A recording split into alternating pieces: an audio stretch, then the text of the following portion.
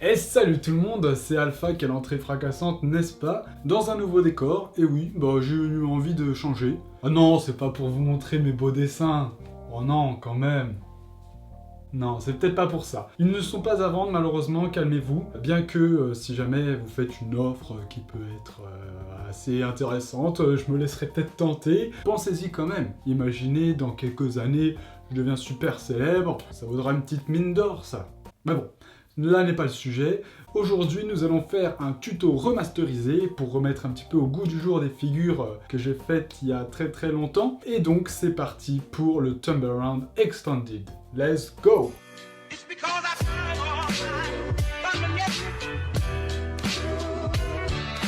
Bienvenue donc pour ce tutoriel remasterisé du Tumble-Around Extended qui est donc cette figure-ci que vous voyez en ce moment même sur votre écran. Pour le plaisir des plus petits comme des grands, je vais mettre un ralenti.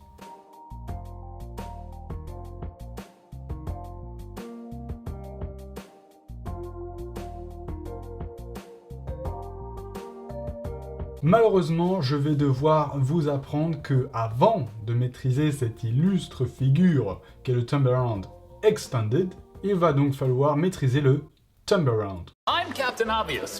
C'est malheureusement une obligation. Si vous ne savez pas maîtriser le Tumble-Around, qu'est-ce que vous attendez? C'est la figure que tout le monde doit savoir faire, toute la France doit savoir maîtriser au moins la plus basique des figures de pen spinning. Bon, je m'emporte un peu, c'est vrai. Ça n'empêche pas que c'est un prérequis. Donc, je vous invite à aller visionner une de mes deux vidéos, de préférence la plus récente, pour apprendre cette figure. Si vous venez d'apprendre le Tumble-Around, bravo déjà. Et puis, c'est parti maintenant pour le Tumble-Around Extended. Alors, cette figure est un petit peu plus compliquée que le Tumble-Around. Là, ça va être peut-être en jour d'apprentissage. Donc, ne vous découragez pas. Il faut persévérer. En pen spinning, la patience et la persévérance sont des qualités essentielles. Et puis, c'est parti tout simplement pour décomposer cette figure. On va commencer par la même position que un Tumble-Around classique, c'est-à-dire celle-ci, vous la connaissez. Si vous savez bien faire le Tumble-Around, vous la connaissez. Et puis, on va tout simplement faire le même mouvement qu'un Tumble-Around. Jusque-là, oui, rien de nouveau, on fait simplement l'impulsion qu'on connaît, mais voilà, on va devoir tout changer, c'est radical. On va déjà éviter de laisser un espace juste derrière notre pouce. Si on laisse un espace, c'est terminé, c'est foutu. Le mode ne pourra pas aller plus loin que le pouce, parce que vous voyez bien, pour Extended, ça veut bien dire l'extension du tour du pouce. On ne veut pas qu'il finisse ici, on veut qu'il finisse ici. C'est un tour qui ne se termine pas dans la main, derrière le pouce, mais qui se termine derrière l'index. Incroyable. Pour éviter qu'il termine ici, on va tout simplement garder notre index et notre pouce bien scotchés ensemble. Grâce à ça, il n'y aura jamais la possibilité de venir entre les deux. Cette astuce de garder nos doigts collés comme ça est très importante et il va falloir bien l'appliquer parce que si vous n'y arrivez pas, peut-être que ça va venir de là. Peut-être que si votre Tumble-Around ne s'extende pas, quelle expression franco-anglaise magnifique, ça va être parce que vous laissez tout simplement le mode s'arrêter ici, alors que nous on veut qu'il aille beaucoup plus loin. Donc nous allons faire notre mouvement classique du Tumble-Around, c'est-à-dire le lancer. Nous allons garder nos doigts bien collés, et là, autre astuce, il va falloir un petit peu tourner notre main entière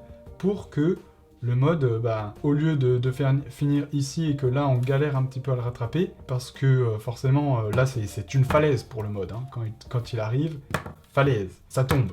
Pour éviter ça, on va, regarder ici, au moment où il va franchir notre index, tourner un petit peu notre main, pour que, elle passe de ça à ça. Si on tourne, ça va lui permettre, dans sa rotation, de venir se loger ici, entre notre index et notre majeur. Et ça, ça va clôturer le mouvement de notre figure. Alors, ce petit mouvement de main est très important, et le timing, donc le moment où on va la tourner, va être important. Regardez là par exemple, j'ai pas tourné au bon moment.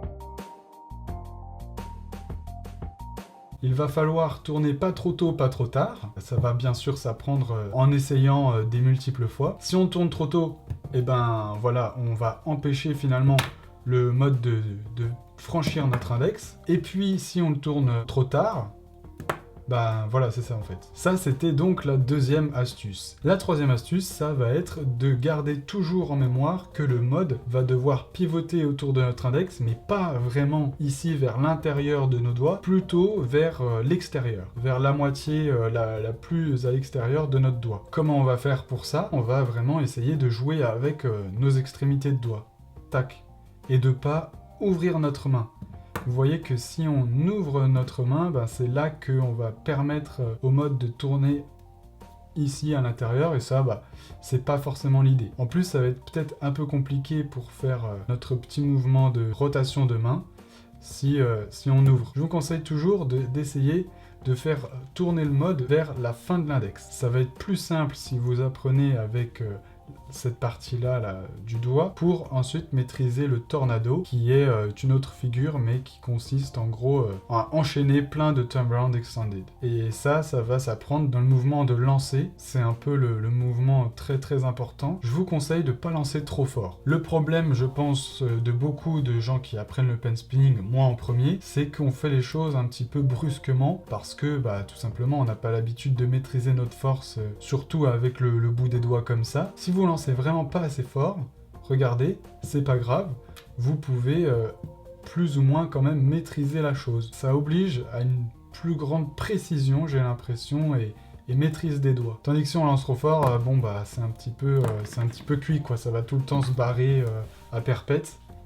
Tandis que si on lance pas fort, hop, on peut bien maîtriser notre truc. Bon et bien voilà, je vous ai donné toutes les astuces que je possède pour cette figure. N'oubliez pas de bien les appliquer, re-regardez les ralentis de la vidéo si jamais vous ne comprenez pas très bien le mouvement. Sinon, ben, je vous invite à utiliser l'espace commentaire pour me demander des détails si jamais vous avez besoin. Et puis, ben, moi je vous dis tout simplement à la prochaine vidéo.